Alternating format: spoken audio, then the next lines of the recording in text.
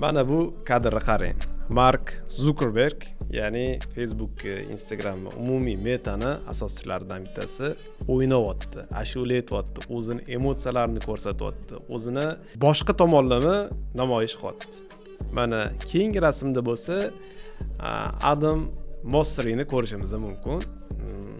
Oddiy xira tushilgan rasmda millionli blogerlar bilan birgalikda o'ynashayotgani, ovqatlanib o'tirishgani, kulib o'tirishgani, umuman oddiy holatda o'zligini ko'rsatishyapti. Hech qanaqa professional kamerada olingan, hech qanaqa professional apparatda syomka qilingan, hech qanaqa qaysidir ortiqcha texnika va hashamatlarsiz o'zligini hayoti qanaqa ketayotgan bo'lsa, xuddi shundayligicha ko'rsatib berishyapti. Va maksimal darajada buni oddiy va samimiylashtiriladi. O'zi umuman Instagramda shaxsiy brend qurishda hech qanaqa asos yo'qki, sen professional kamerada olishing kerak, sen ekspert blogini yuritishing kerak, sen faqat bunaqa kontent qo'yishing kerak yoki faqat bunaqa kontent qo'ymasliging kerak degan asos yo'q. Bu yerdagi asosiy ma'no nimadaki? Shaxsiy brendda auditoriyaning ishonchini olish va o'zingizni turmush tarzingizni ko'rsatish orqali qanaqa insonligingizni yetkazib berish.